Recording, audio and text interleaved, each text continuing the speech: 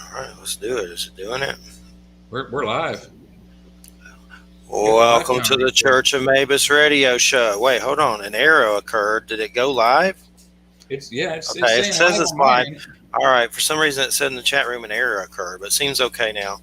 All right, welcome to the Church of Mabus radio show. It's Friday night, 7:06 p.m. Central, coming to you live from Florida. Jay, where are you at?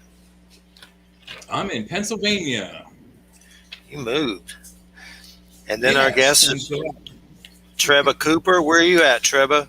I'm in France. Rennes, southwest France. Nice.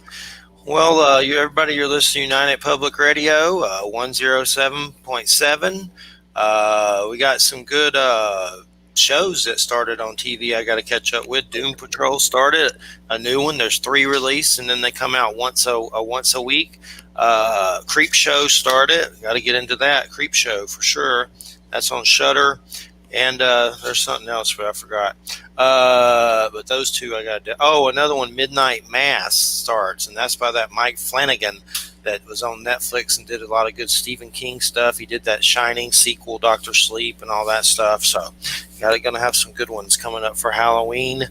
Oh, there's a Chucky series starting on Sci-Fi. oh no, Comes Chucky. It's by Don Mancini, the guy that made Chucky. So that should be good, hopefully. There's also a Night of the Living Dead series coming, or Day of the Living Dead, that's sanctioned by the Ramiro people, and that'll be on Sci-Fi. So hopefully they don't suck, but we'll check them out. So Jay's in his new office. yeah, I got a new roll top desk this afternoon. My buddy came up from his work early, and we grabbed it. $599 desk. Got it for $1.25. $1.25. Where'd you steal it? 125. Well, she wanted to get rid of it, and then no one was buying it, and I was the first one to ask for it. And this afternoon, she got 4 more offers on it, but I was already on my way to get it. So for $1.25. $125. Oh, okay. I was like, what? It's like, who else did the other people would have been a offer? really good deal. But no, What else did the other people offer? I don't know. Who $1.50. cares? It's in my office. Well, everybody, I'm here to inform you I got the jab, the Bill Gates Biden 666 nanobot Antichrist mark is in me now.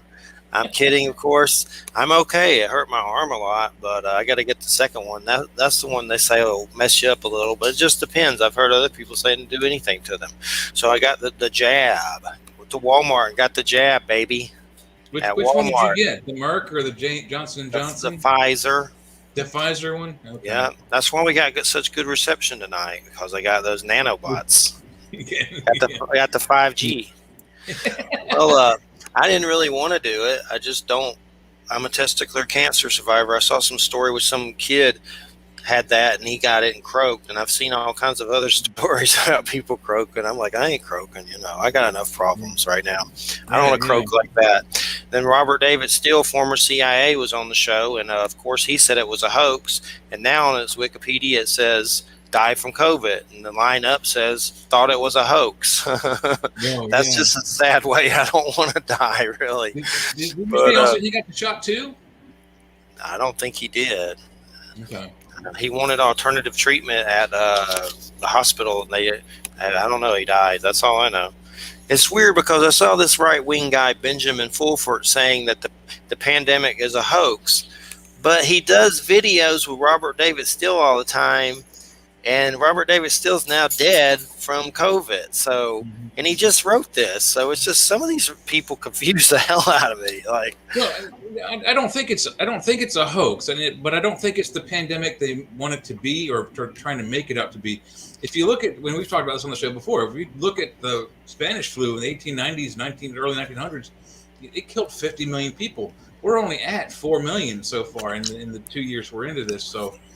We're not near the numbers of the flu. That's all. Well, more people have died from cancer. Say that again? More people have died from cancer. Yeah, absolutely. Yeah. In that period of time than have died from COVID. Mm-hmm. Cancer is way more of a pandemic than COVID has been so far. Yeah. Been there, done that one too. So, well, Trebha, where were you born? I was born in Hull, East Yorkshire, in England, in 1951. Awesome. So you're what do you consider yourself, like British, or you're what do you consider yourself? Well, my mother was from an Irish family. My father's from a Scottish family. So I'm in between Irish Scottish, if you like. Cool. I got a lot of that in my DNA, like at least like 40% of a bunch of those. So for sure, but well, that's one good thing with the DNA. Once all the facts and reality of DNA comes out, we'll all find that we're all interrelated anyway. Mm-hmm. Yeah, I said that before in the way past. I mean, there's so many people on the planet, and we've gotten to the point where the planet is smaller. We can interact with more people from further away areas. That almost everybody is part something. Yeah, exactly. So Trebha, I know I saw in your bio and stuff, you talked about things like wizardry. I mean, we've had guests on about that, very serious guests about that. So what can you tell us about some of that history?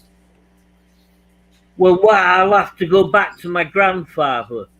Okay. And what one day he was he worked in a forge. He was a blacksmith, and he told me one day. He says, I was talking to him about our ancestors and everything. He says, "Oh, you've got to realise you come from a long line of 7 sons, and your ancestors were wizards."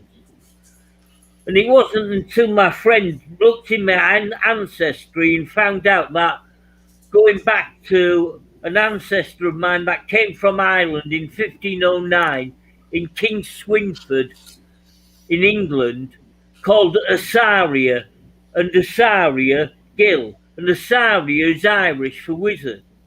So my grandfather was telling the truth all along, but it took my friend to find out my ancestry and to me to look at because the Irish language with Hebrew is a connection to our lost past and the lost civilization that we lost around 10,500 BC, around June sometime. That's what I can get the science down to. Because in June 10,500 BCE, all the water lily and lotus flowers suddenly died out. And that was in June 10,500 BCE. And that fits in exactly, I don't know if you know Robert Bauval's work, and where he's found out the pyramids, even though they're built in 2,500, that the clock there is set up to 10,500 BCE. So I was just working on that date, and I found out that on that day in June, visible from Rennes Chateau here and the mountain here, Cardoon, because both points were necessary to work out the geometry and the triangulation. Once you know the distance between 2 points, then you can work out the distance to any object. And in June that year, the Southern Cross appeared. It also appeared in 2,500 BC. That was when all the big buildings, the pyramids and a lot of other of the megaliths were built. But what is interesting with the Southern Cross appearing, I've also found this cave art from the Chauvet Caves, which are 334 kilometers from here. Now, in the caves there's a cross, and you can see the earth is on fire. Now, close to here, there's a standing stone which marks the spot of where I believe is a comet impact site. In the William Shakespeare plays, it's mentioned there, it's called Parolles. It's in All's Well That Ends Well. Here, the place is called Parolles. But that is the site of what I believe is a comet impact site. And that fits in with the date of 10,500 BCE. And also with, I suppose a lot of you listeners will have heard of Rennes Chateau and the mystery of Rennes Chateau. Well, one of the things there is Blue Apples Day. Now, to understand what the blue apples are, you have to know that one of the priests, Henry Boudet, was a member of the Arts and Sciences in Carcassonne here in France. Now, they had a telescope, and they would have looked, and because also we need to go back to 1581, 440 years ago exactly, and to a group of poet artists in France called the Pleiades. Now, they redid the French language and created a classic language out of it. And so when you look at the Pleiades, especially with these new shots with the Hubble telescope, you can see that they are the seven sisters. And that is where the Southern Cross was crucified, the sun on the Southern Cross, and the comet came or appeared to come from the Pleiades, the blue apples. Now, the other evidence I have is from 500 BC in Egypt, in Alexandria. And also at that time, there was a group of poets there called the Pleiades. And I've also got this image of a crucifixion, and it's Orpheus and Bacchus. And above the crucifixion, the seven stars, the seven sisters, the Pleiades. So this image from Egypt is another clue going back to this crucifixion of the sun, 10,500 BCE, which all connects to the mystery of Rennes-le-Château and why it's blue apples there. The blue apples are the Pleiades, which are called the Tauri meteor shower, which appear to emerge from the Pleiades, which are the thigh of Taurus. And this connects with the myth of Mithras, because Mithras can be seen with the bull sticking his knife into the thigh of Taurus, the bull, in other words, the Pleiades. What Mithras and all these secret societies, especially the Romans, and it was especially endemic among the Roman legionnaires, was Mithraism, and this is this remembrance of this event that happened 10,500 BCE, and it's carried on all the way through to these two priests in Rennes-le-Château and Rennes-le-Ban. First of all, you need to go back to 1886, and that is the year that Henry Boudet, who was the priest here in Rennes-le-Ban, he had his book published called The True Celtic Language in English, but in French it's called Le Vrai Langue Celtique. And it's again, you need to understand that, as my father told me when I was about 15 and 16, the universe is number. Once you understand that, then it gets you into the key of the mysteries of what has gone on all the way through this past. And a lot of the keys are held in masonry, but 99.9% of the Masons don't have a clue. They're not interested in the esoteric side of it. They're more interested in the brandy and cigars. But these two priests, they were both Masons, but they were both Pythagoreans. And as I say, LVLC, L, we'll just use the L to not confuse people. L is a Roman numeral and it's 50. And the Hebrew gematria for 50 is the whole earth, the globe. So what this priest is saying in his book, The True Celtic Language, it's something that goes around the whole globe. And the key to that is held in the Irish myths, where there was a man called Phineas Farsid, who was there at the building of the Tower of Babel. And what the one language which Henry Boudet supposes was the English language was lost at the Tower of Babel, and it was turned into 72 different languages. Now, Phineas Farsid knitted together the Irish language out of the 72 languages that were created. And of course, 72 is a very special number connected with the procession of the equinoxes and so much else. And then in 1887, the church at Rennes-le-Château, Berenger Saunier started the work there a year later.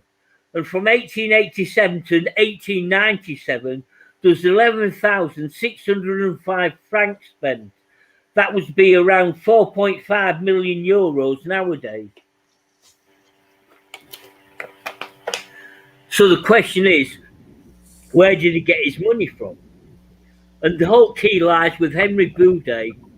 And again, it's this bridge that goes back, and we need to look at the church again and enter the church and see what the church reveals at Rennes-le-Château, because that's where a lot of the clues and ciphers are held in there. So as you go and approach the church, on your right hand side there's a crucifixion. On the left hand side there's a Virgin Mother from Lourdes. As you enter the church, above the door there's Mary Magdalene, because the church is dedicated to Mary Magdalene, and she's holding a cross pointing in a direction. Now, as we see when we get in the church, because the clues are there, when you take a line from that cross to where the blank meets souls, that's where it goes across a place called Aram. And Aram is very important in the Bible, connected with Jacob. And we'll deal with that later. So as you enter the church, on your left-hand side, the first thing that catches your eye is the devil is there. You think, why is the devil in a church? Well, you need to know this is Cathar country. And the Cathars had a belief that this earth was created by the devil. But also as well, the name has been given to him Asmodeus, the guardian of the treasure. And also as well, this connects again with Asaria, because Asaria is the angel who kills Asmodeus. But also, the demon can also, as we see, get in further in, because you have to understand it's multi-layered. You cannot go and put your point on a point in the middle of a circle. You have to understand the whole circle, and it's like an onion. It's multi-layered. So the demon is also Zagros. And Zagros is Dionysus, who was very important in the mysteries of Eleusis, which was held in Greece. And these were the mysteries where everybody was initiated, men and women alike. And also, just above there, you've got the water font. So you've got the demon, earth, you've got the water font, water, and then you've got two salamanders, which are fire. And above them, you've got four angels, which are air. So you've got air, fire, water, and air. You've got all four elements. So this is about alchemy. You have to have a little bit of understanding about alchemy, and a great source for that is Carl Jung. He has delved deeper into alchemy than anyone else, and he's been a great help in this. So Definitely. There, once you go past there, on your left-hand side, you've got a big rhombi stone, like a diamond shape. Mm-hmm. It's basically two equilateral triangles put together, which creates the rhombi, which, very not coincidentally, is also the symbol for light. And on the rhombi stone, above it, you've got Jesus. Now, Jesus is the Son, as we will see. Because, and again, as I say, as Henry Boudet says, the Irish language is essential to understand this. And you take the J off, because J doesn't exist in the Irish language. And you have E-S-U-S, Esus. Now, he was a Celtic god of can trace back the Masons to 1000 BCE. And he was a Celtic god who pruned the tree.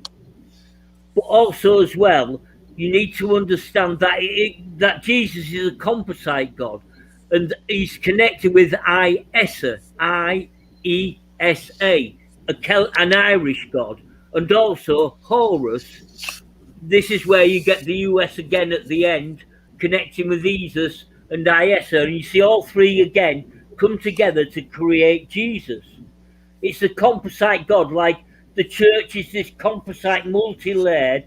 So, and again, we'll just go back a little, because we dealt with why it's Blue Apples Day, but we need to deal why it's chosen January the 17th for this Blue Apples Day. Now, as I said, the universe is number.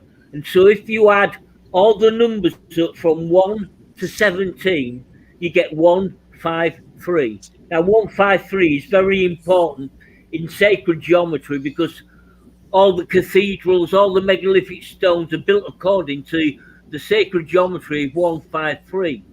And as these were priests, you need to understand that 153 is only found once in the Bible, and that's in John's Gospel, where Jesus goes out fishing with his disciples, the 12, the Zodiac, and he catches in his net 153 fishes. And now the fishes are caught by Nathaniel, who is the son of Ptolemy. So it's Bartholomew. So just above the water, like I say, the 153 is the fishes in the net that Jesus catches. But also you need to know in the life of Pythagoras, the last thing Pythagoras does, this is around 500 BCE, he goes out fishing with his disciples and catches the fishes in the net. So it's showing that Pythagoras wrote the Bible. Once you understand that, and that Irish is a key to the access that, then you can see further as we go further into the church. And straight in front of you, once you pass the rhombus with Jesus, you've got Jesus and John the Baptist. And once you know the story that it's Pythagoras, you understand that Jesus is another layer that Pythagoras has created. And the history tells us that Pythagoras was created in Gaul, here in France, by Abaris the Gaul. A very important name to remember. Now he's John the Baptist. He's who baptized Pythagoras. And also it connects with Nicholas Poussin as well. But we'll go back a little bit to just where the salamanders are. It's got the BS, which is the blank and sols. And as I said about the fishes in the net, it's Bartholomew. It's Bartholomew and Solang, these two mountains here, which I'll get back to a little later with the distances and measurements and everything. And also the BS is Boudet and Saunier. And the fourth one is Bacon, Shakespeare. So once we have those four, we've got the four angels working with us. We've got the rhombus. We've got Isis, Iesa, Horus, Abaris the Gaul, and Bacon is Shakespeare as we move around. Now we need to know on January the 17th, the light comes in directly there as we move along to Germain. So we need to put in G. As I say, there were Masons and there were Pythagoreans, and G is telling us it's geometry, among other things. And so as you move, the light moves along, it moves from G to A. Now G-A is Irish, it's pronounced gay, which I think is really very suitable, and it means the shaft of the spear of light. So they're telling you to follow the light. So it moves from the G to the A. It's a shaft of spear of light. That's who is 5. Now, as I was saying, Dionysus was born from the thigh of Zeus. So you need to complete Germain, Antoine, and Rock, G-A-R. Then the light moves along and it finishes on Luke. Luke, which is Irish, again goes to Lu, and again it's connected with the Roman, which is Luc, Lux, light, and that's where the light finishes. And then if you carry the geometry on from L, there's another Antoine. You've got Antoine of Padua, which is very significant as we'll move along. And then to Mary Magdalene, who is carrying a huge cross. And there's nowhere in the Bible where she's carrying a cross. But we'll get back to that. So there it spells, you've got the G-A-R-L-A-M, Garlam. Now that is Irish for myth. So it's telling the church is spreading light and it's telling you the truth, it's all myth.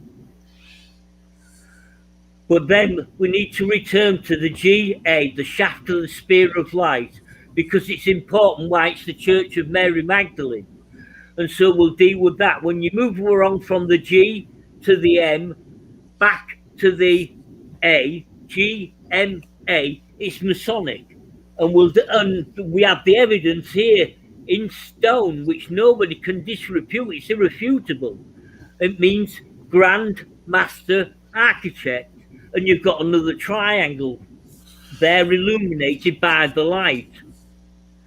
So it's telling you Grand Master Architect, and we'll deal with that as we move further along and past the church. And so, as I said, the light finishes on Luke, and there in front of you is a cave, and there's a woman in it with her fingers crossed. Now, she's been wrongly attributed to Mary Magdalene. She's there twice in the church. Why all these other times? It's not. As I say, it's the Grand Master Architect, and what you're taught in that is that you meet Sophia. And so it is Sophia in the cave. And as you follow the geometry, where you've got the cave in the church and opposite you've got the stone, when you work that around and work it on the mountain, Basel and Cardu, you've got the cave there and you've got the stone, just so you find it. And we need to bring in Jules Verne here, because he tells you in Journey to the Centre of the Earth, you need to be there at the autumn equinox. But also, it's also the spring equinox as well, where the sun sets behind the stone directly, which is the Rhombus stone, which is there engraved on the mountain. So what's in the church is also outside in the landscape. All you have to do is follow the geometry and follow it masonically. But my father was a Mason, so that's why I followed this way. I'm the eldest son, I'm a Lewis. So my father, he called it inculcation. And this is what I learned on the way.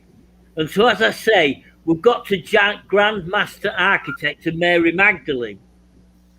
Now, Mary Magdalene, it's important to understand, because Grand Master Architect deals with Hiram Abiy. Hiram Abiy was the architect of the Temple of Solomon. But as we see with Mary Magdalene, it's important to understand why Pythagoras is leaving Mary Magdalene, because as we've seen, Pythagoras wrote the Bible, so why has he left MM? Well, he was initiated in India. On his way to India, he went over the Sarasvati River. That's where he got the name Sarah from, Sarah and Abraham. Abraham means father of time, father and time song. And so Sarah is there, an actual river that went underground, funnily enough, about 12,000 years ago.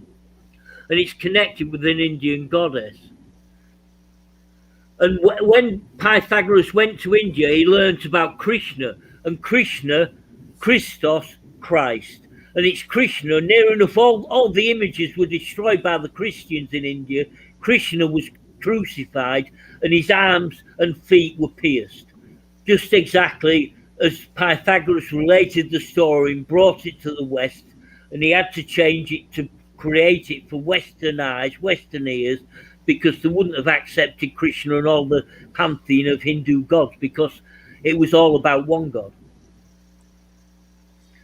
And so, as I was saying, we've gone to Mary Magdalene, and why Hiram Abiy? Well, if we go and look at India, and it's about the sacred geometry of India, it was connected by Mamuni Mayan, M-A-Y-A-N. How did the Mayan name come about? Maya actually means illusion from India. So they're actually saying it's all Maya. It's an illusion. The actuality goes back to India. And Mamuni Mayan. And the important thing that connects him, why it is Hiram Abiy, because his book on sacred geometry is called Ain Di Iram. A-I-N-D-I-R-A-M. So you've got Hiram Abiy there, and Abiy means father. So it's father of Mamuni Mayen, Farum of Abi is Mamuni Mayen from India.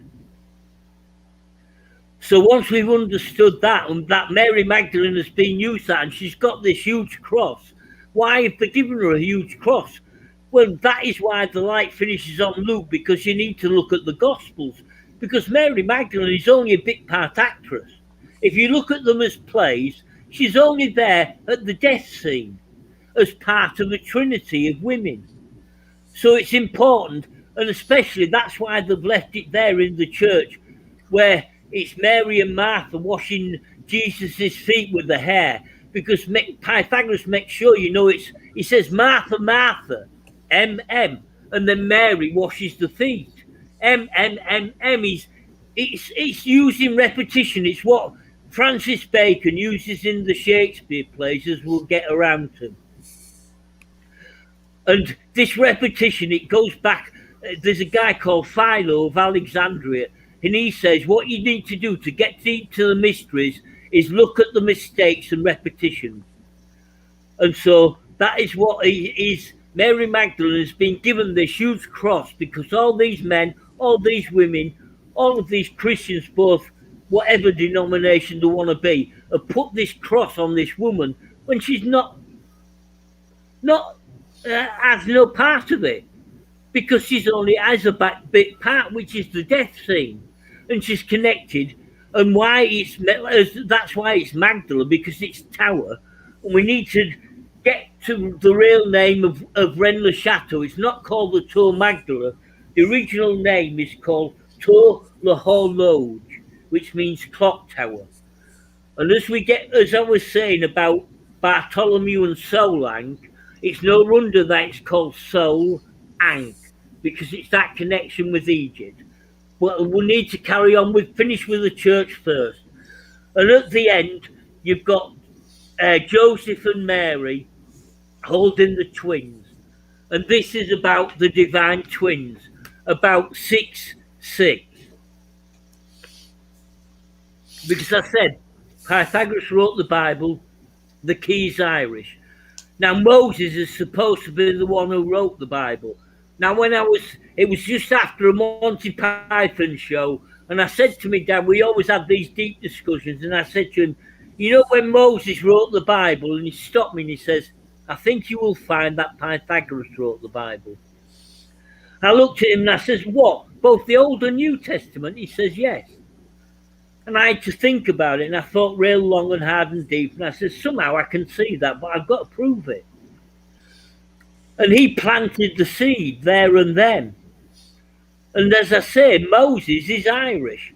You need to use, why Francis Bacon used the hyphen in Shakespeare is because it's necessary to use the hyphen to get to the truth. So Moses, you put the hyphen there and it's Mo, S-E-S. But it's a cipher which a Mo means my, and it's my 6-6. And also a little bit further on, who was the pharaoh in Egypt? Ramesses. Ram, S, and Ram means or. So Ramesses is the or to 6-6. Look at Ezekiel. Ezekiel again is an Irish cipher. E-S-E, again it's that 6-6. And CL means disguise. So Ezekiel means 6-6 disguise. Which brings us to the Cathars.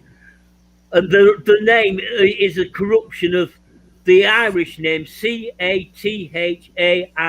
which means city, and it's pronounced Ker. And you see how the name has been changed from something which means something sacred and holy, because the city is something which we build within ourselves. And it's been turned into a name, Ker, which means something dead, dog, or lowly. And that's what's been changed in time from something which is sacred. But the other name which is connected with it is spelled C-A-T-H-A-O-I-R, which is Irish for the throne. And in Ezekiel 10, it talks about the throne of God. Now, all the Cathar castles are just that. The thrones, they're there to look at the throne of God, which is the heavens. Now, what I found close to, because the priest Saunier found this parchment scroll there, which mentions initiation. And in Boudet's book, his brother Edmund Boudet, who was a member of the Order of Sion, as all of the priests were, and they're all Martinists, as they're all Pythagoreans. And he drew this map. Now, by following the map and extending it over and using the geometry of the two churches, and I didn't mention in the church of Rennes-le-Ban is a Visigoth pillar, and that is connected with the Visigoth pillar at Rennes-le-Château. As Rennes-le-Ban is the Yoni, the pillar is Boaz. And Boaz, again, is an Irish cipher which is connected with Bo is the cow, it's the moon. And so that is the Yoni. And the other one is the Lingam at Rennes-le-Château, and that is connected with the male aspect. But it all connects back to that time, 1886, 1887, when the church was finished. But as I said, it's connected with Bacon and Shakespeare. And the reason why there's two Antoines, we need to connect the A together, because I was saying it's about Grand Master Architect is there. We put the A together, which is ancient and accepted. And on one of the stations of the cross, there's a little Scottish boy in a kilt. And so you connect that up, that is the fourth of the geometry, and it's ancient accepted Scottish rite. And when you go down to the castle, the chateau at Cuisa, who it was finished in the time of the marriage of Duc Andejoyus, which was 440 years exactly now. It was happening in 1581 September. And Duc Andejoyus, who is Han Hathaway. Anne hath a way. He had a way of initiating Francis into this whole area. And like I said, the Shakespeare plays will be revealed. But first of all, you need to look at the castle, at the chateau.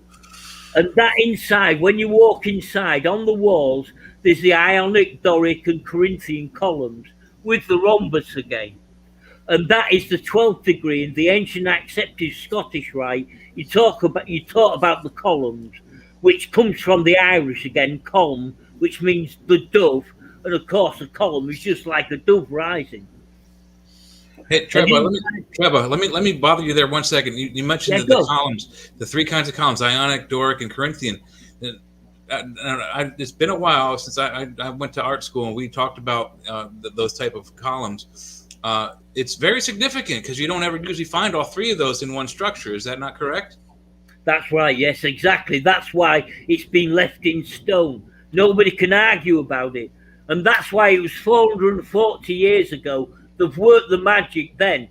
Because what happened at first, we need to go back to the Louvre, which is an anagram. The Pleiades left behind. It's English for "Are you love?" So they're leaving that there because what happened there, and it was Catherine de Medici, whose mother's family was from Castle Nordry near Carcassonne here. And she brought the ballet there, and the first time ballet was performed was exactly 440 years ago. Now is the anniversary of that first performance. And as I say, the whole, once you walk into the chateau, you can see straight away. To me, when I first walked in, I went, "Oh no, Romeo, Romeo, wherefore art thou, Romeo?" Because the balconies are there. Yeah. And of course, quite near to Keon, which we'll get back to, is Romeru.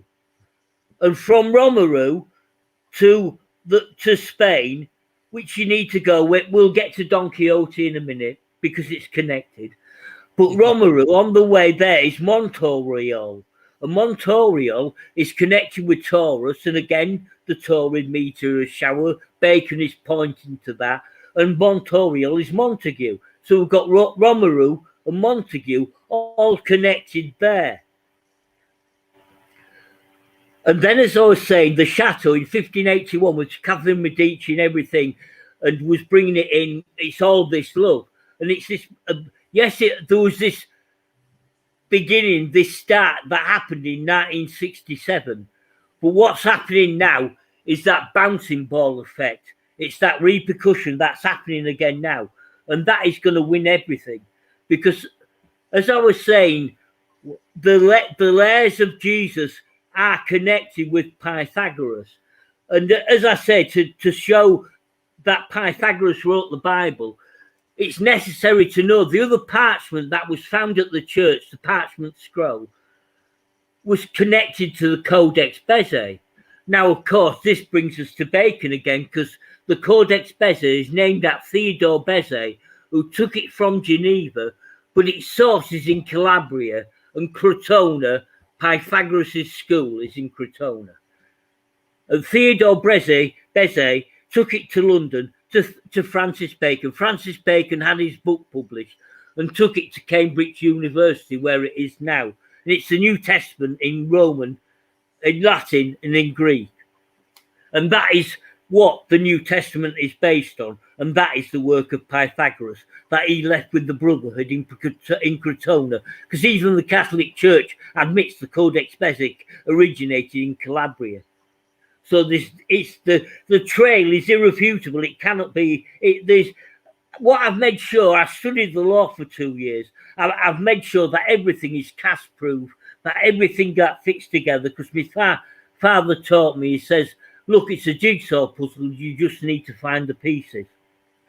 And so we got to 1581, and the marriage of Duc Joyeuse and Hathaway, and we've got to Romeo and Romeo, and of course, we need to know why it's Juliet, and it's a Jew lie. The Jew lie is that they're the chosen people, because in the Bible, Pythagoras makes it quite clear the chosen people are the Hebrews. The Hebrews are everybody. It's all of us. We're all the chosen people. That's why we're all here. Yeah. And that's another one. Just up the village from here, there's the date that connects with 17 again, and it's Jubilee. Jubilee. It's a lie. And what we need to go back to again is when I was 10, my father taught me about the House of Memory. And the first journey was down, and it's funny, it was the AA map, the Automobile Association. There was making sure that I got the AA into my head on the way. And one of the first journeys, we took off the A1 at Stilton, which I remember saying to me, "Oh, that's the cheese you like," because me and my brother hated Stilton. I'm still not keen on blue cheese myself anyway.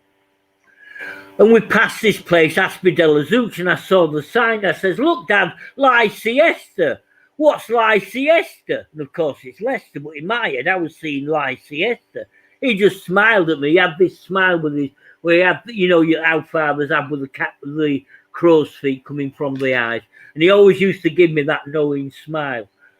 And I just planted it in the garden because I'd been taught the House of Memory, but I thought what I need is a garden. Those things that I don't know about, I need to plant it in a garden so I can go back to. And this connects, as I say, Bacon, Shakespeare, because in the first folio of Shakespeare, hidden there, it's Fra Bocconi. And in Esther, what we find is Béziers, Carcassonne, Narbonne, BCN. AOI, which makes the Bocconi from BCN. AOI means guest lodger, because that's all what we all are. We're all guest lodgers in this body. We've all had previous lives. We're all going on to next lives. We are just guest lodgers in this body. Mm-hmm. But it's no coincidence, and Francis Bacon must have thought this is something going on.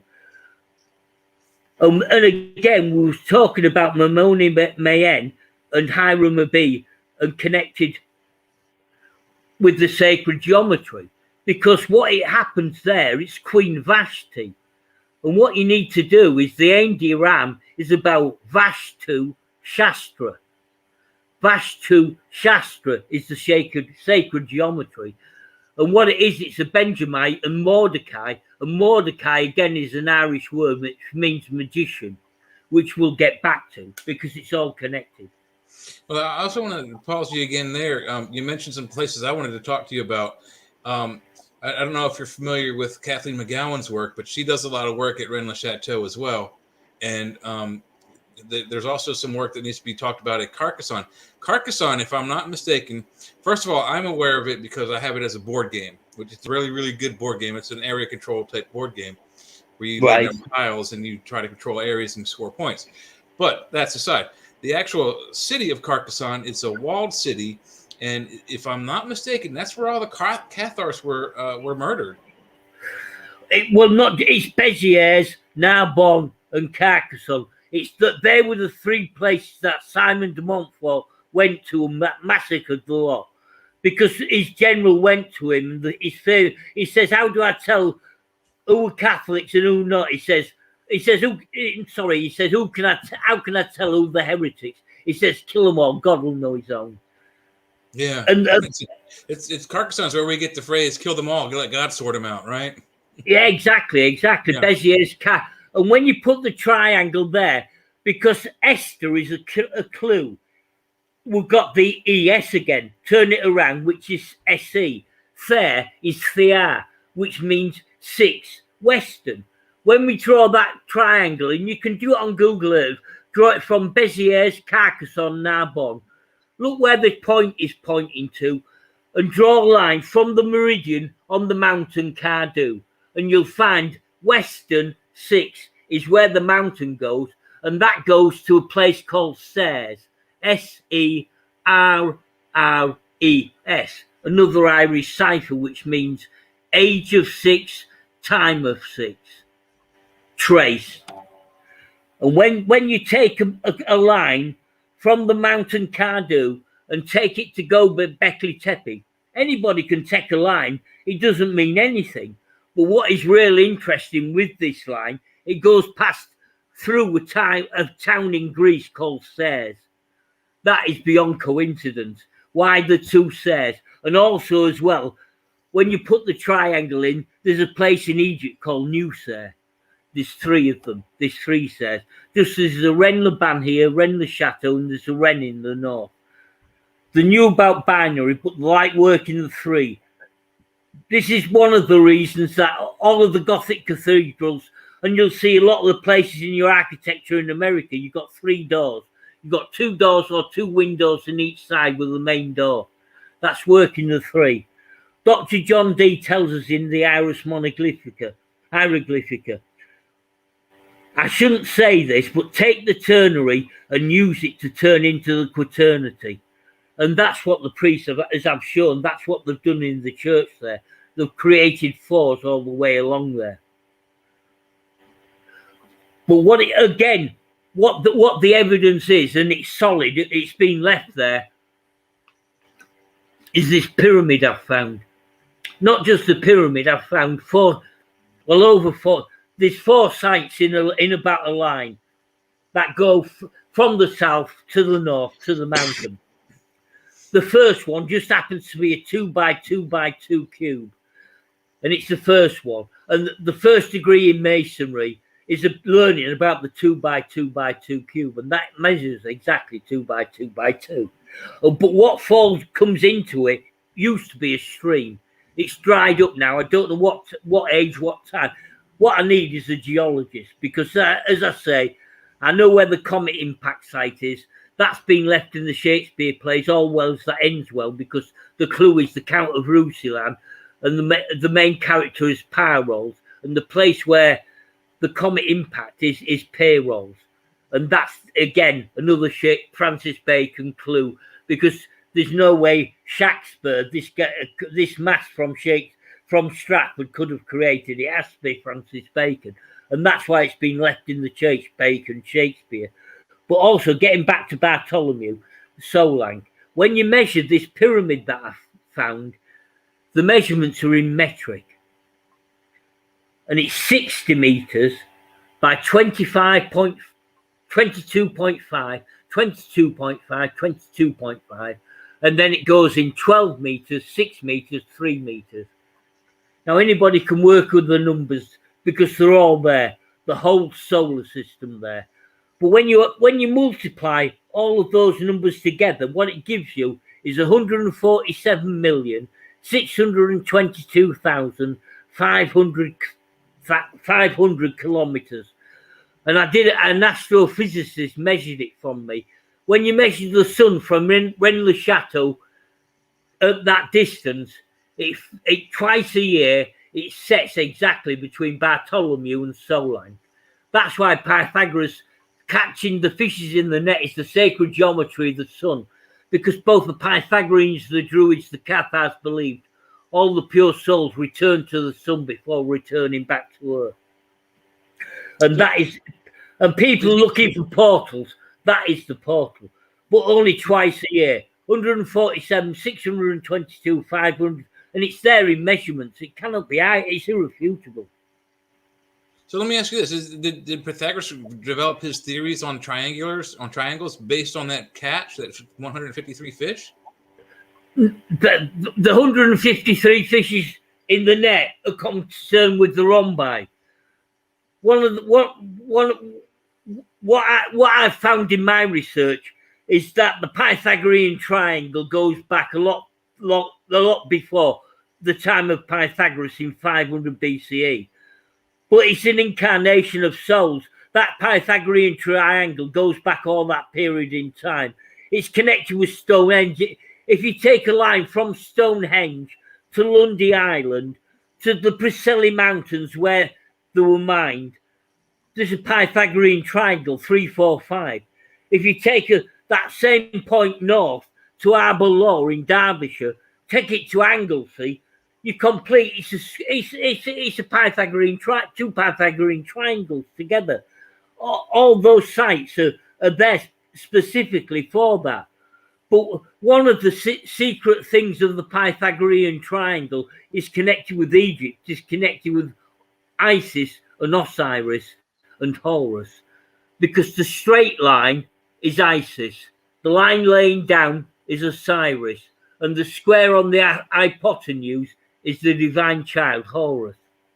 And that's one of the secrets of the Pythagorean triangle. That's absolutely fascinating. One thing I had to do a bit of research on, because I told you about Mabus. It's one that I put in my house of memory. All I did was put the name, and that it was ambassador to Saudi Arabia. So I had to do some research today. And he was called Raymond Edwin Mabus Jr. He was ambassador to Saudi Arabia from July 1994 till April the 25th, 1996. That's exactly 2 years. If you look at September the 11th, 2001, there's 10 years there between it. They're working the numbers. And what you've got to understand with 9/11, you've got the working magic. You've got to turn it round to understand what it is. And 119 is Psalms. P.S. Put the Shakespeare hyphen in the P.S. and Pythagoras fits in there. Arms means gift. The Psalms is Pythagoras' gift. And Psalms 119 is all about the Hebrew alphabet. And that's what they did on 911, because to all Pythagoreans, the number 11 is about evil. It's only about black magic. And there's a friend of mine, Simon Miles. He's worked out the whole timing, the geometry, the time the first plane hit, the rising of the sun across the Hudson River, the working the sun, the water, the numbers all together. The working black magic. And it's Bush, Blair, Netanyahu. And my friend also, he's got the evidence to prove the Archbishop of Canterbury was there at the church. That was one of the main centres of communication that was going on there. Everybody's looking at the other building that collapsed. Nobody looks at the Church of England church, where the Archbishop of Canterbury just happened to be there the same day. Yeah, that can't be a coincidence. It's beyond coincidence. And like I said, why Mabus? I told you, I just knew Mabus was connected with it all. And again, we've got to go back to Nostradamus, because his house is at Alet. close to Alet is the Valley Alet. So you go E-L-E-T, E-A-L-E-T-H, A-L-E-F. It's Aleph. Aleph there is the first place. That's why Aleph is a Hebrew sigil, isn't it? Exactly. And let's go back to, as I was saying, I've got the evidence from the cave at Chauvet. When you measure the distance from Rennes-le-Château to the cave at Chauvet, it's exactly 334 kilometers as they walked it. And the Hebrew gematria for 334 is darkness, astrologers, magicians. Magicians, Mordecai. Takes us back to the book of Esther. Pythagoras is telling us in the Lycée Esther that it was magicians somehow who brought the comet down.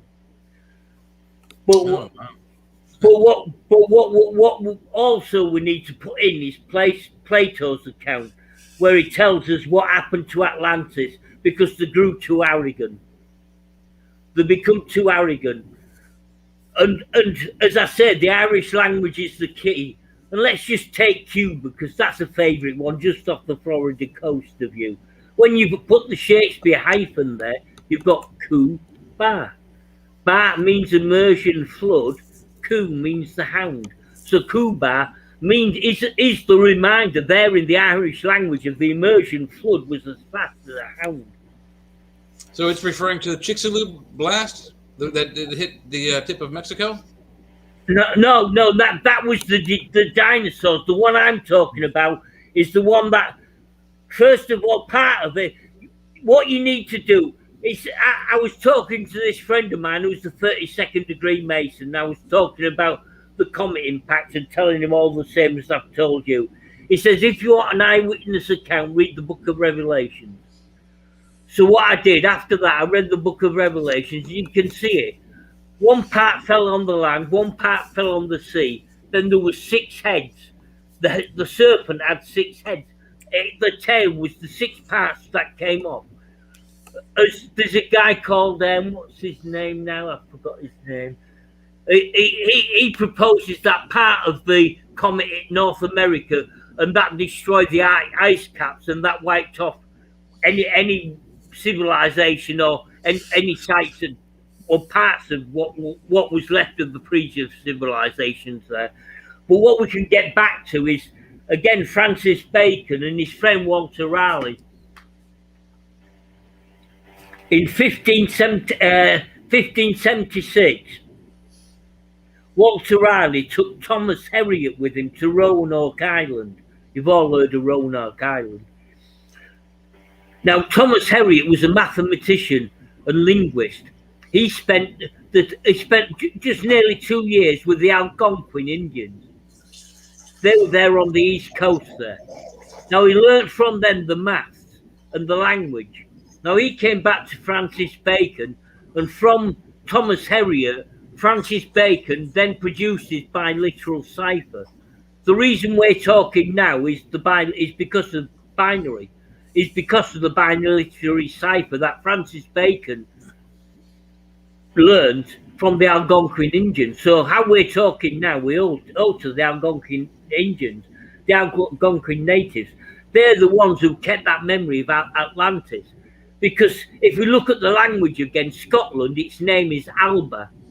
Alba. Ba means, again, it means immersion flood. Al means litter brood. So it means the immersion flood of the litter brood. It was, and the same, that's why we find the oldest stone in County Sligo, on the west side of Ireland. We find it there before Newgrange. And one thing, I spent quite a number of years in Ireland. My family are all there at the moment, most of them anyway. And when I was there, I was determined to find Grange. I knew if there was a new Grange, there had to be an old Grange. There had to be a Grange. And again, this one day, my manager, Jackie Solon, because this is what got me. It makes sense. I said, Jackie, Solon, I says, where you, and so on's a Greek name. How come you got a Greek name? Where you from? County Sligo. I says, well, you're a key, Jackie. That's showing me your name's there before. And what we need to do in County Cork, there's Mulla Greek Mountains. Mulla Greek. The Greeks have got the name. They claim that all the rest were barbarians, like the Romans. They're both liars. My history teacher at school, Mary Brennan, I used to ask her loads of questions, and one day she said to me, Trevor, look, you've got to understand, it's the victors who write the history. Yeah, that's very true. And so that's what's been left in the church there is a testament of truth. It's Masonic, it's Pythagorean, but they knew exactly about the Pleiades, Pierre Ronside, and the wedding. That they were totally aware that was the 12th degree in masonry.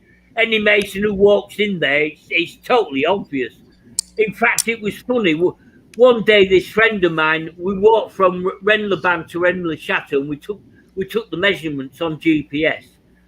And when we got back to Rennes-le-Ban, we found out there were 12 degrees out. And I says, right, let's go to I've never been to the Chateau at Cuita before. I said, let's go down there. I walked in there, and I'd read Albert Pike. I've got both his books, Morals and Dogma and his Opus Magnum, both of them are great reference books. It's funny losing Albert Pike, I find, because everybody else has demonized him. I found him a good light source to me, really. He's definitely very interesting. I've put up stuff about him where I work and articles and stuff like that. Definitely a trip. They do try to make him seem creepy, but I mean, I don't know the truth of it all, but it's interesting regardless. One thing I want to ask you, maybe we could talk about Albert Pike a little bit more, is when it comes to wizards, what kind of powers do they have? What is it? Weather? Is it like, I know I've heard the story of Merlin and the dragons in the earth and thing. I have books that are magic tomes of Merlin and weird stuff. I'll have to tell you a story. A true, okay. Again, it's a true story. As I said, I mentioned this friend of mine, Simon Miles. We've both been working independently on this, but together, if you know what I mean. And this one day, I just happened to go down to him, and I just said, look, I've been thinking this. Look, the source of everything, the first place Pythagoras went to was Thales. And Thales' whole philosophy, the first principle is water. I says, look, it's got to be water. And then he explained to me this experience that he'd had with water. We walked outside the house, and it was a clear blue sky. There wasn't a cloud there. And as we walked out of the house, in front of us, it was like this spray of water covered us.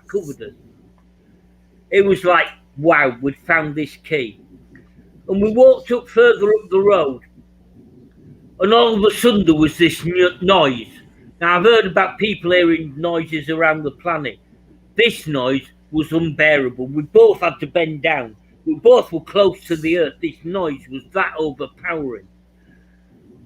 We said to him, what the hell was that? I said, look, it has to be the sun. Well, as well, light and water. Where's the water? But as we just saw, water is there even though we don't see it. We walked on a little bit further, and out of the mountain came this white plane. No UFO. It looked like an aeroplane. It went out of the mountain. Just about where I would say where the spot where the comet impact is, and it went back to the mountain. I said to Simon, that's me in the mountain, I've got to stay here. And he talked earlier about that he was about to move to Diggle in Lancashire. This is how I know about the stone circles, because he's done some work there. And this other plane appeared right in front of our eyes, and it went straight in this western direction, which I just said to him. I said, look, that's you, and that's you on the way to Diggle. Because the reason I said this, because I read Carl Jung's book on flying saucers, and Jung says any of these things, when you see the flying saucers, they're a projection of yourself. They're all part of ourselves that we just project outward. And people have had these experiences, out-of-body experiences and all the rest of it. In fact, I have to. It's a paranormal program. As I said, my grandfather said we were from a long line of 7 sons of 7 sons. My auntie, she was the 7th child of my grandfather and grandmother, and she was totally psychic. She was studied by a head psychologist at Hull University, and she says he can't believe how accurate she was. She could dream from one week what was happening the next week, all around the planet. She got all the newspapers and watched the news, and it was over 90% her ability to. And she said, because this is why I know 9/11 is some deep shit behind it, because I was in a place called Birds Lane in Cork Island, and the first night I had this dream, and I was on Brooklyn Bridge. And I know now, I didn't know at the time when I woke up, but I know now it's Brooklyn Bridge, and I saw the 2 planes hit. This was 2 days. 2 days. Then the night before, I had the same dream again. It was so overpowering. I was there on Brooklyn Bridge. I saw the first plane hit. I saw the second plane hit. I went to. It was that powerful. I didn't go to work that day. I cooked me breakfast and I turned on the news. And just after I turned on the news, I sat there eating, and it came on. The second tower hit, and I was sat there. Where's the first? Because I'd seen it. The 2 dreams I've had, the first tower and the second tower, I'd seen them both hit. And of course, it was all fixed. It was all planned. It was what it is. It's shock horror tactic. You shock people enough into believing something, and this is why the bad painted Saddam. Blair's another one that's involved in this. He said Saddam was getting nuclear uranium from Africa. Total lie, total fabrication. The whole war in Iraq was a fabrication. Al-Qaeda, Ben Laden was funded by the CIA. All his money came from the Saudis, and from the Saudis, exactly from America and from Britain and from Israel. Because Israel's as dependent as America and Britain, the rest are, on Saudi oil. What about go ahead, but at some point I want to talk about crop circles, because I know you sent me some info about those too, but I mean, when you're ready. Exactly. Well, I'd nearly forgotten them in my excitement about, well, these are really important, because the first one, again, I don't believe in coincidence. The first one I noticed on Facebook, somebody posted, it was from West Meon. And as soon as I saw the name, I thought, Meon, that's Irish. I thought, I've got to pay attention to this. So I did some research, and I found straight away this crop circle, which is the Star of Creation, which in the 11th, 10th century, the Jews took over as the Star of David. But it's the Indian Star of Creation. It's the star of the beginning of creation. And it's no wonder the River Meon, right next to it, is a shepherd's staff. And Meon is Irish. So in 2 ways, it's the water. It's connected, as I was saying, it's connected with the water. And I'm glad we got that out with my experience with me and Simon, because that's important. Us getting to that understanding about the water. It's, to me, I'd seen this guy, I have to mention this guy, Freddie Silver. He's the first one who got me interested in the healing powers of crop circles. He says they've taken corn from there and corn from outside the circle. They've grown them next to each other, and the corn from inside the circle is bigger and higher than the one surrounding it. And also, people have taken these and reported really amazing health recoveries. I mean, scientifically, more investigation needs to be done. But what to me is, that's why I put on your post, if people get that one from West Meon, because Meon means attitude, mindset, psyche, noble mind. So what I'd suggest people did is download that one from West Meon, put a jug of water, not plastic, in glass or pot. Put a jug of water on top of that, leave it overnight, say thank you, I love you to it. Because I don't know if you know about Dr. Emoto and his work, where he did the experiments with water, and he showed by saying I love you and thank you, that the water responded. So it proves that water not only has memory, but in some way, its fourth state is connected with consciousness. And this is what, to me, this first one that I spotted at West Meon, is this. The water is talking to us. First of all, I noticed the Irish, and then, of course, I had to look. I thought, okay, if it's Irish, because, like I said, I found out about the Chauvet Cave and the connection with Hebrew and Irish, that it goes back before 10,500 BCE. Once I get the geologist in the comic impact site, I'm certain he or she'll confirm that date, because I've got the signs of June that year, and I've got the astroarchaeology of that day. And the other interesting, what I have to mention, is the blue star that appears at the same time as the Southern Cross, is Canopus. And in the Rig Veda, an Indian scholars found out that was sighted in India 26,000 BCE. So this movement of the Southern Cross and Canopus from the Southern Hemisphere to the Northern Hemisphere, we know it happened something happened in 26,000 years ago, 10,500 BCE. We can prove that the Southern Cross was visible from Rennes-le-Château and the mountain Cardoux. And also 2,500 BCE, it was visible as well then. That's when the pyramids were built. Even though the setup to the other timing, that's why they were built 2,500 BCE, but that's why they're set up to 10,500 BCE. Nobody's looked for the Southern Cross. And like I say, it's my friend Simon Miles, he found the Southern Cross first. In fact, he was born in Australia. That I said to him, that's why he had to be born there, because he brought the Southern Cross from Australia to here. I got to ask you about the pyramids again. You just said you brought them up the second time.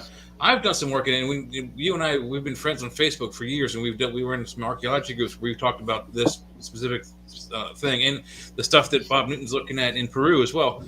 Now, as far as I understand, the Egyptians of the 2,500 BCE did not have the proper math.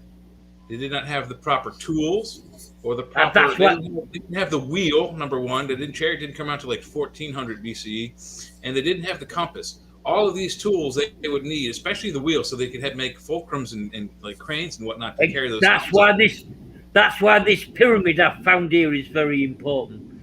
Because once I can get the archaeology done, the geology done on the comet impact site, then this pyramid that I've found, like I say, all the measurements add up to this distance, which an astrophysicist has confirmed twice a year from Rennes-le-Château. The sun sets there. And in that pyramid, built into it in stone, is a 1 by 1 by 1 meter, a 1 meter square pyramid.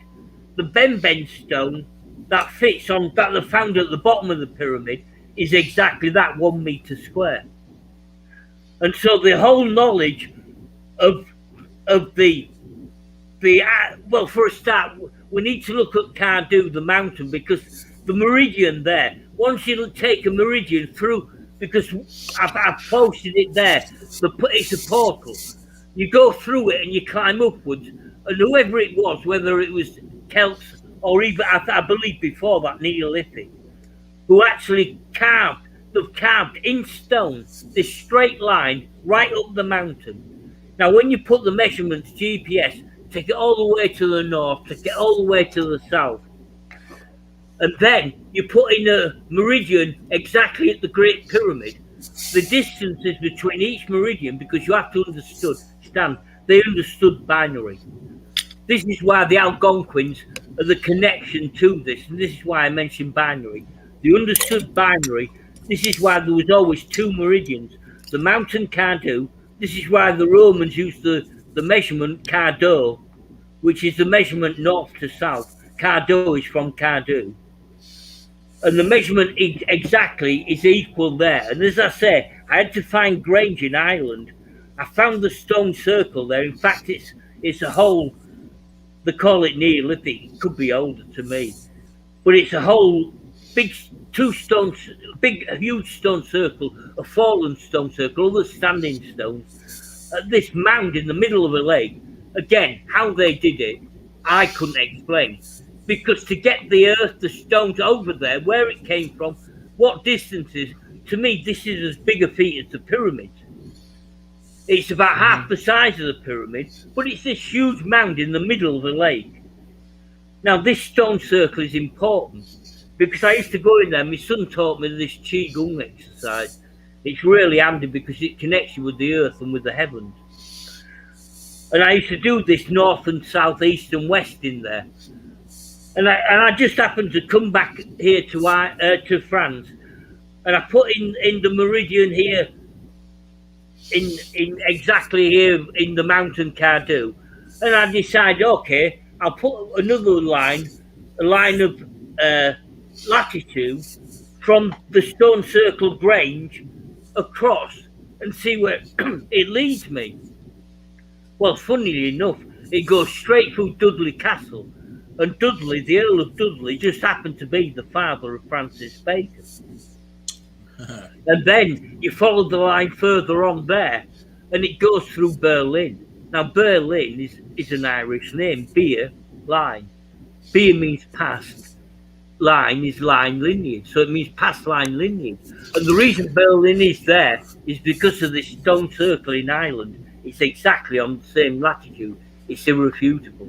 And the linguistics are there. Past line, it takes you back to Grange. And then once you find Grange, and as I said, Pythagoras wrote the Bible, and I knew when he came up with the virgin birth, it had to be something astronomical. Because as I was saying to you, the light finishes on Luke. And in Luke, Jesus the Son says to his 12 disciples, the Zodiac, follow that man carrying the water carrier into his house. And of course, the water carrier is Aquarius. And we are now in Aquarius.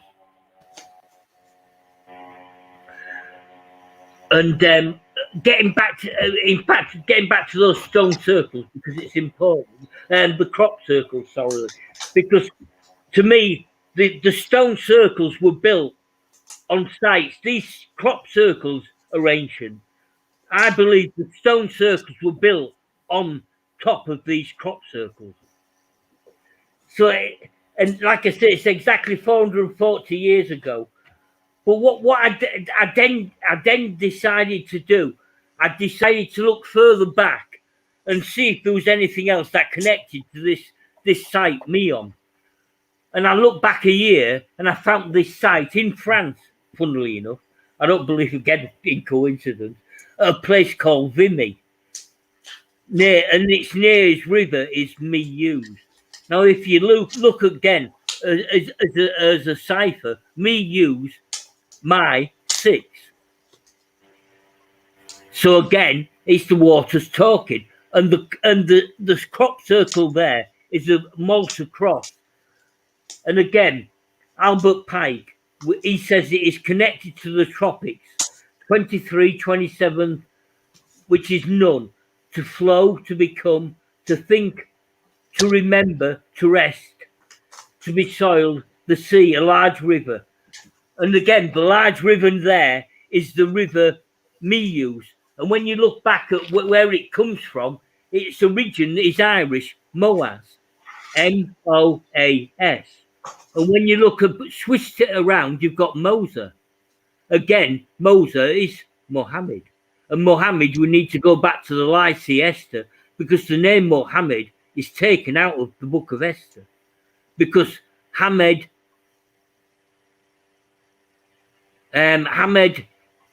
Ather means father number time. You have the Mohammed on front, means my number time.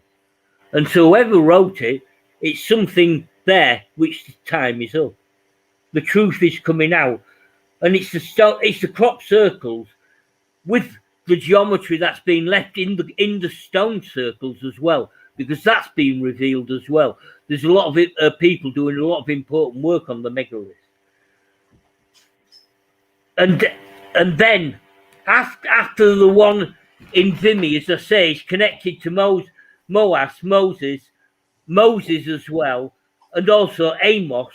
And he was he was a shepherd farmer again, which connects us to Meon and the river Meon in the shape of the shepherd's staff.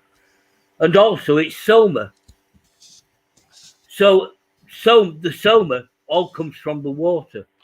And then I followed it again, and I found after the river Meon, it was towards the equinox on the 15th of the 8th this year at Oliver's Castle. This is why I sent you that tune, Olive, because it's just so fits in. And the nearest river is the Avon. And the Avon again comes from the Irish, Avan. And the Avon, the sweet son of Avon, is Francis Bacon. And also the nearest town is Devizes. And if you look at it, D-V-I-S-E-S again, D666. D must have been down there. He was everywhere, because a great story of his is because one of the things I posted today is the connection between D Masonry and Francis Bacon. There's an engraving that Francis Bacon did of D handing the light of Masonry over to Francis Bacon, and it's over an empty grave, basically showing the soul's immortal death is just an illusion. And as I say, again, it all fits in with Ezekiel 660 skies, Moses my 66, and as well, we do not forget the Essenes, because the Essenes again, they understood, they knew the source. The Essenes again used the Shakespeare hyphen, and you can see 66 Aleph 6.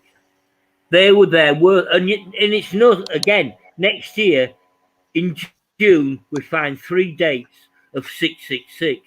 The 6th of June, the 15th, because that's 6 days before the equinox, and the 27th, which is 6 days after the solstice, sorry. And also as well, what I looked into, I thought, okay, what about is it talking Hebrew gematria? And so I thought, okay, as well, I worked out the numbers, 15th of 8, 2021 equals 28. And the gematria for 28 is Father is renowned, to tangle, to perplex, of gold, a place rich in gold. Yah presents, to be clear, transparent. And it's like I say, contact has been made, and the contact is with water. I need to have another. So, thank you. Yeah, and then again, once I followed that, and then the difference from the first at Vimy to Devizes is 406 days. And the 406, and I've got to thank Bill Hendricks, because it's his Hebrew gematria table that I'm using. And the 406 gematria is God made, to cut in, to engrave, to come, a stumbling, a fall. God has made. And this is the Hebrew. I'm not making this.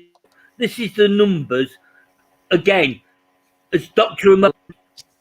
Empirical scientific evidence that not water just doesn't have memory, but it's connected with consciousness as well.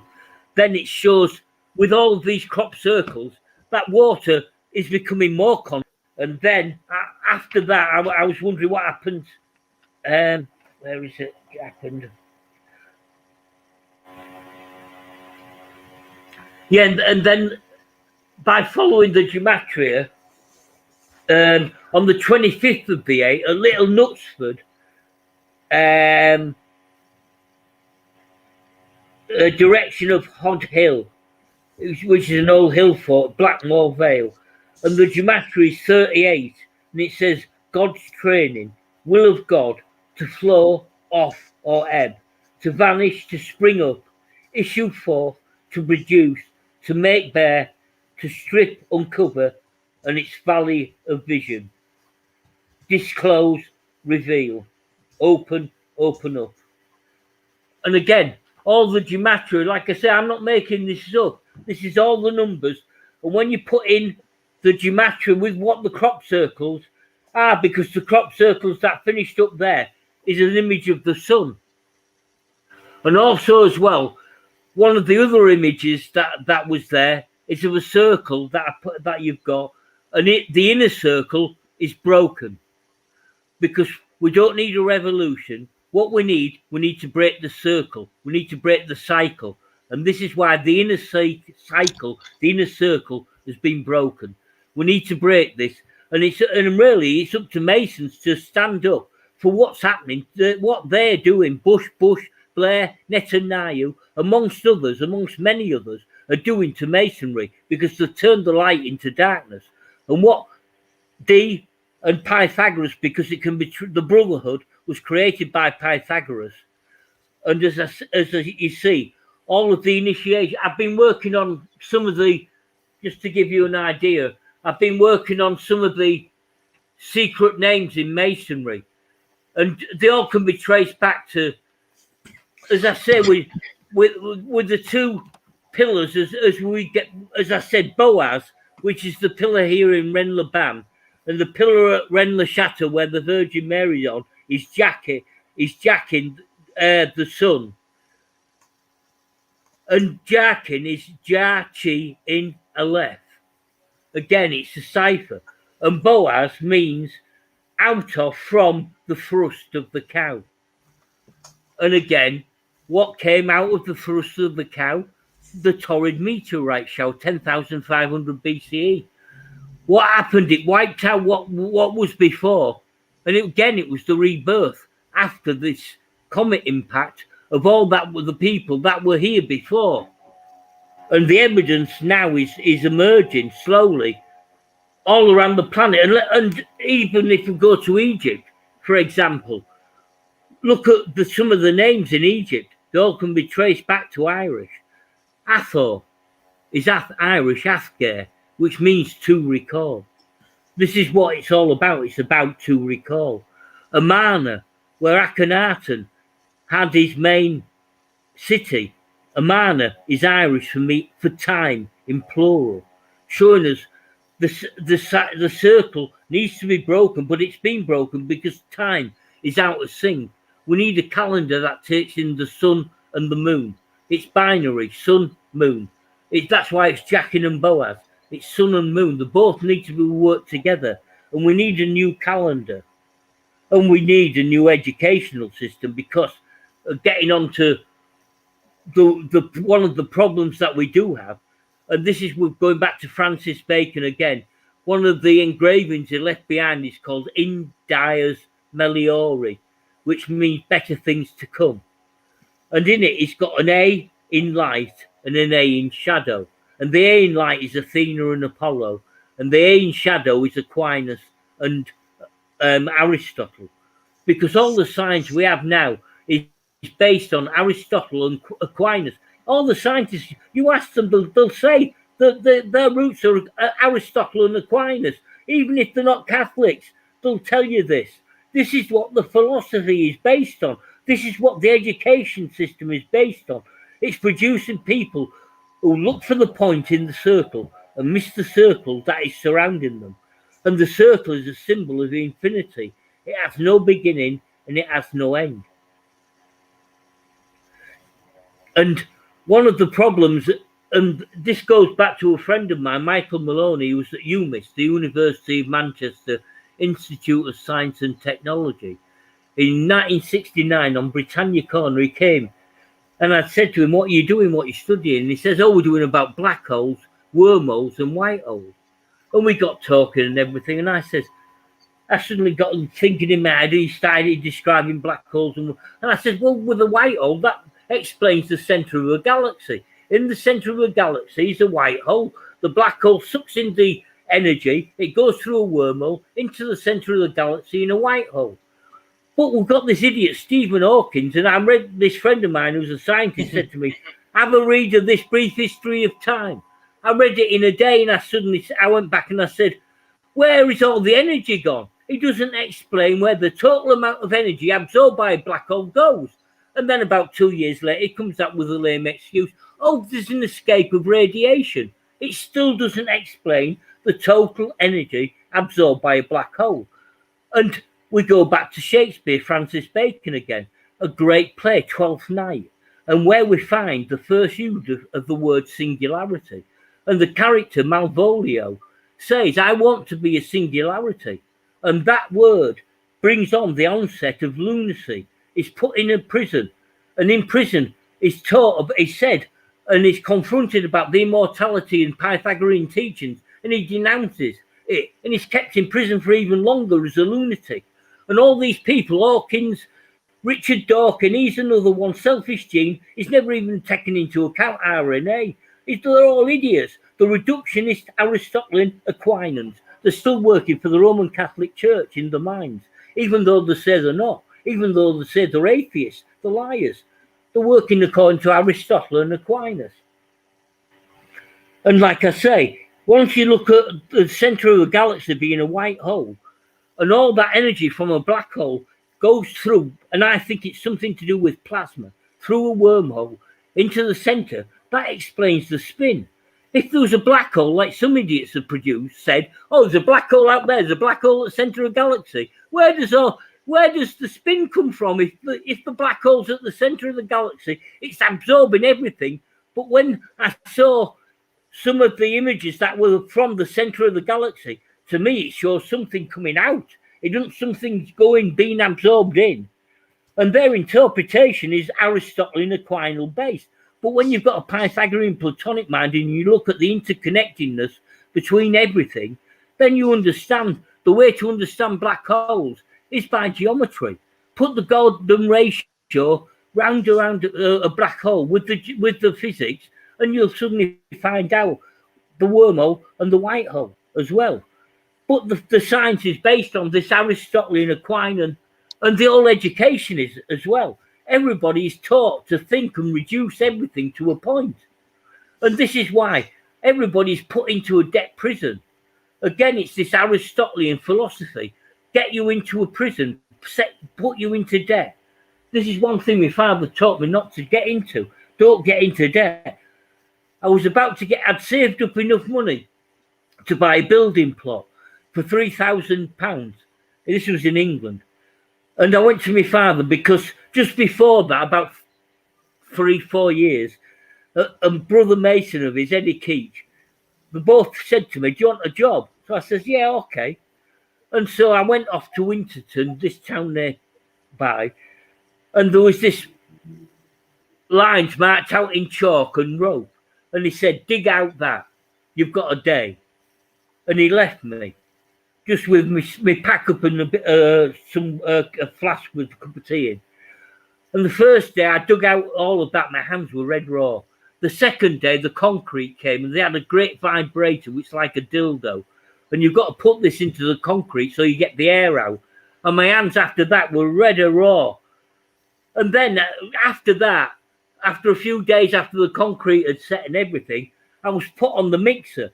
And first of all came the bricklayers, then came the joiners, then came the plasterers, then came the electricians, then came the roofers. And I was there labouring for all the trades as they came along. And funnily enough, Francis Bacon says this is what should be done. You should do this, build a house. And I was the one doing the bloody labouring, building this house. And so I got this idea. I'd save £3,000 up. I could do the labouring again and get all these people in to help me build the house. My father said to me, no, you've got more important things to do than that. And what had happened about, as I say, maybe about 3 years before that, he got us a council house, and he was a Conservative. And the council was totally Labour, very much like in America, Republicans and Democrats. My father would have been a Republican in America, and the council would have been run by Democrats. And I said, how did you get us a council house? They're all Labour and you're Conservative. Oh, he says, that doesn't matter in our club. And it was a brilliant house. It did us for so many years. I ended up selling it, moving to Ireland where my roots were. And making enough money in Ireland and what I'd made in England to eventually move down here in France, because the pull was just too much down here. For example, when I was in Hull, I used to go to ABC cinemas, and I used to go along Ferrens Way. And here is Montferrand, and Fer is iron, Ren, Fer is Irish for measuring rod. So Ferrens Way, the iron measuring rod to Fens. And I was there walking it in my childhood. It was all there. And if you go on Google Earth and you look at, say, Hull, for example, go down on Google Earth and look for the A's that are there in the city. Go into Scunthorpe on Riddings Estate. And Riddings comes from Rid Hamner. This is where we get Hamlet. Rid Hamner means Crown Prince. And on the Riddings Estate there's 2 AAs. The houses are built to 2 AAs, ancient and accepted. It's there in the landscape. People can't argue about it. It's irrefutable. It's there on Google Earth for anybody to look. All you've got to do is look. Just exactly the centre of Washington has been built according to geometry. There's a Pythagorean triangle, like in every Masonic lodge. This is why, going back to the church at Rennes-le-Château, when you go from the G to the A to the R, you create a Pythagorean triangle. When you go from the Luke to the Antoine to the Mary, you create another Pythagorean triangle. When you create Grand Master Architect, there's 3 Pythagorean triangles. And you look, like Plato says in the Timaeus, 1, 2, 3, my dear Timaeus, but where is the 4th? And like I said, Dr. John T says, use 3, and then where is the 4th? And then you use A, ancient and accepted. To the young Scottish boy, you've got your 4th triangle there in the church. And every Masonic lodge has a Pythagorean triangle in it. And it all goes, and when you even go to Egypt and work Pythagorean triangles in Egypt, everywhere they're there. And like I say, the Irish language is there, first in a manner. And also, if you look, as I was saying, Pythagoras wrote about the virgin birth for a reason. And I had this theory in 2012. I thought, okay, Pythagoras, you wrote about a virgin birth. I wonder if, and Bacon has wrote about the left pap. And I'd followed the standing stone from Cork to Kerry and the paps of Anu. And it just so happened my daughter and her partner had this house at a place called Brewsterfield. And it was there, exactly facing the Yoni, where my theory was the sunrise between the paps of Anu. And I went there 2012. First of all, before I went and I put into my stellarium. I thought, look, from the Templar Church, as I mentioned, says, age time of 6. And it's there in Greece and in Egypt. And I put a line from the Templar Church to the winter solstice, what was happening then, because I won't be in France. And what happened then, from the Templar Church, Virgo was rising above the col de Paradis, Virgo the Virgin. And there's the planets with the moon lining up to a left breast. In the Shakespeare plays, it talks about the left pap. The left pap of Virgo was pierced by, so obviously Bacon had obviously with D worked out what was going to happen in 2012. And that is what happened. Virgo was pierced. That was the sign. Pythagoras says, look for signs in the heaven. That was the beginning of the age of Aquarius. I went to Ireland with my theory. I sat there on the 27th, clouds everywhere. The water, the watchers just wouldn't let us see. And then the next day, just for 10 minutes, there it broke. The sun came through, the clouds parted, and I got a photograph, and I can't find it now. I need to go back this year. And there it is. The sun, Jesus, Ezu, Iesa, Krishna, is born from the paps of Anu. And going again, connecting to Egypt, Anubis is the god who looks after the dead. And Bis is Irish for spiral. So it's the spiral of Anu. So it's the sun. On the 21st of December, every winter solstice, there rises the sun from the yoni, from the sacred geometry of the breasts of Anu. And also that name Anu has been taken to Babylon, and the god of thunder there, the sky god, is called Anu. They've taken a female Irish god and turned it into a male god. And also, Anu is connected, again, as I don't know if I mentioned Jules Verne, because he's very important in this story. And and as well, Diendara, which is the temple to Hathor. Diendara means the place to meet. So it was a place to meet. And what they would have done, they would more than likely taken the hallucinogens and something like that. It would have been a time to clear the mind and recall, as that Hathor is Irish to recall. But we've only got about 10 or 15 minutes left at the most. Now, I wanted to ask you about something that might seem off the cuff, but I've noticed a few things in like modern, like you were with modern Shakespearean literature.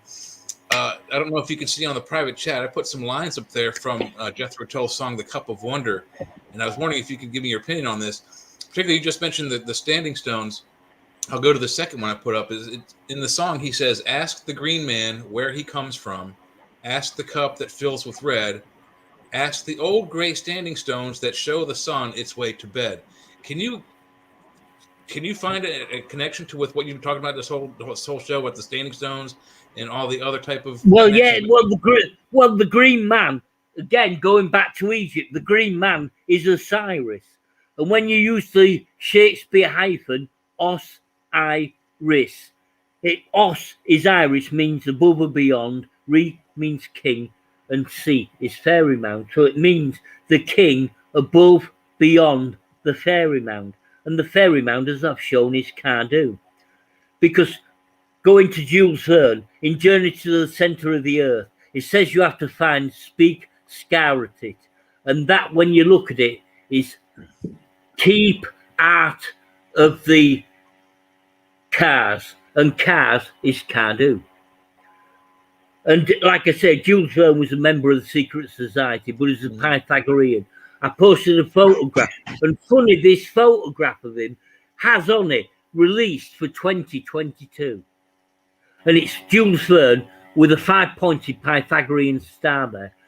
And that, I don't know if I've sent you that one that came in England, the crop circle with a, and there's no way that it can have been reproduced by anybody because it's using non-Euclidean geometry, and this is what I've been so interested in since I was younger, because I used to play football, and I based my football on the Brazilians, and the capital of Brazil is made according to non-Euclidean geometry.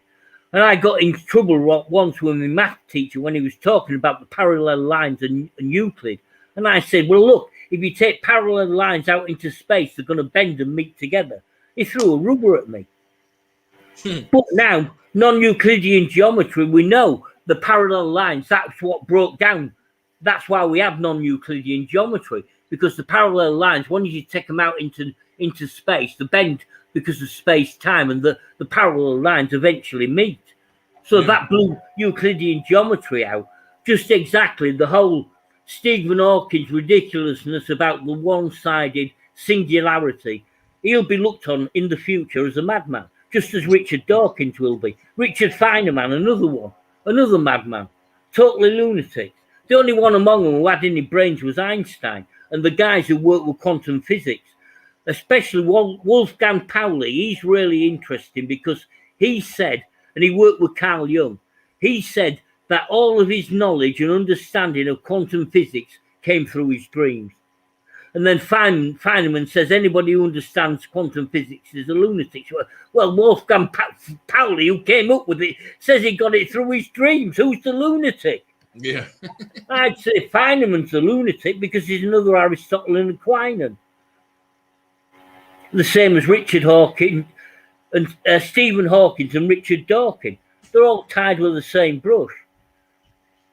Yeah, there's a lot of things that I don't agree with what Hawking said. One thing he did say about aliens that it might not be so good for us if we were to actually meet them. So I do agree with that. But there's been some recent articles that were talking about that they think that the white holes are the other end of black holes, like you mentioned earlier in the show. And there's we know that there's balance in the universe. There's an in, there's an out, there's an on, there's an off. Well, let me explain. There's going to be another end to the black hole, and then I have to think we call them quasars also as a white hole. Well, let me explain one thing, because this is about the paranormal. As I said, my auntie, who was the seventh son, came to me one day. She says, "You're into science, Trevor. Explain to me how we have this thing, how we can dream things that happen before they happen." Yeah. And I said, "Well, I've been reading this guy called David Bohm. It's called Wholeness and the Implicate Order. And what he explains is that the universe is unfolding." So what I said to her is, when you imagine you're on a seashore, you see the wave going from at a distance, starting to build up and unfold. Well, underneath that wave, going backwards quicker, is another wave. That is what we pick up. Anyone who has psychic abilities, you're picking up that undercurrent that is back before time is unfolded itself. So time is not linear, it's cyclical as well. That's why Amana is time in plural, because time is linear and cyclical, and we need a clock that's based on the sun and the moon. Yeah, I don't actually think I agree with the fact that time is linear or even circular. I forget. I think it might be Bob Lazar who came up with this, but I think there's others too that say that most things' energy are all wave patterns, all wave generated. So gravity is a wave generation, light is wave generations, time is wave generation. So it ebbs and flows, but it doesn't go in a circle. It doesn't go in a straight line. That's just one side. It doesn't take into account a particle, because we know with light it separates into particles and waves. So just looking at it as a wave, you're forgetting about the particle. And quantum physics tells us that a particle can exist in the past, in the present, and in the future at exactly the same time. And this is what Francis Bacon says do. And this is what Masons do at every lodge meeting. They take the past, bring it into the present, and send it up to the future. But let me tell you one thing that I did with the geometry. Because my father said, if you've got to beat them, you've got to beat them at their own game.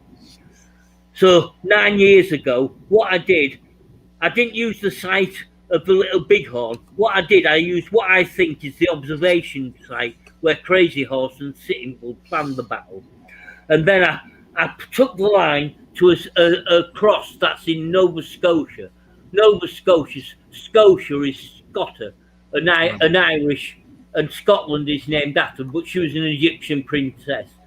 And then what I did, working from Boston all the way, New York, Philadelphia, all the way to the East Coast, all the Masonic lodges, I tied in to the site of the observation of the Little Bighorn. And this year was exactly 145 years ago on the 25th of June.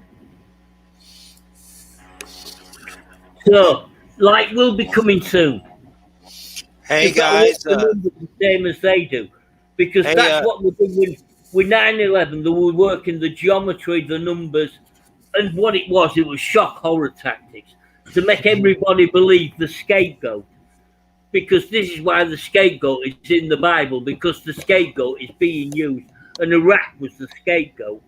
And now I see that there's some American lawyers suing Saudi Arabia. Saudi Arabia is just the top of the layer. And we need to go back to this guy, Philostratus. He wrote the life of Apollonius of Tyana. And Apollonius is Apollon, Apollo, Paul. All the books of Paul were written by Apollonius of Tyana, who was just another incarnation of Pythagoras. And he was the teacher of light that the Essenes talked about, the teacher of righteousness. Hey, Trebha, we got to end the show. It's been great having you on. We got like 1 minute left. Do you have a link or anything? But it's been great. Is this the first time you did a show? I'm up for any other that you want to do. If anybody wants to contact me, just go on Facebook and Trebha Cooper and just send a friend request. All right, we appreciate it so much knowledge, the knowledge of wizards. Love it. Thanks so much. Well, And I've been taught by some good people. I've had good teachers along the way. It's definitely been fascinating. We had a lot of good comments in our from our viewer audience. Thanks so much, and we'll be in touch and have you on again sometime. Thanks so much. Have a good night. Okay, good night. Good talking to you. All right, good night, everybody. United Public Radio. Next week, Cristo Rupolo, Curse of the Man That Sees UFOs. You don't want to miss that. And if you haven't seen that documentary, he's also got another one called The Man Who Sees UFOs. So check it out. Everybody have a good weekend. Good night, everybody. ChurchofMabusRadio.com. ChurchofMabusRadio.com. Good night, Jay. Good night, Joe. Good talking Good night, to you. Trebha. Good night. Good sharing the information.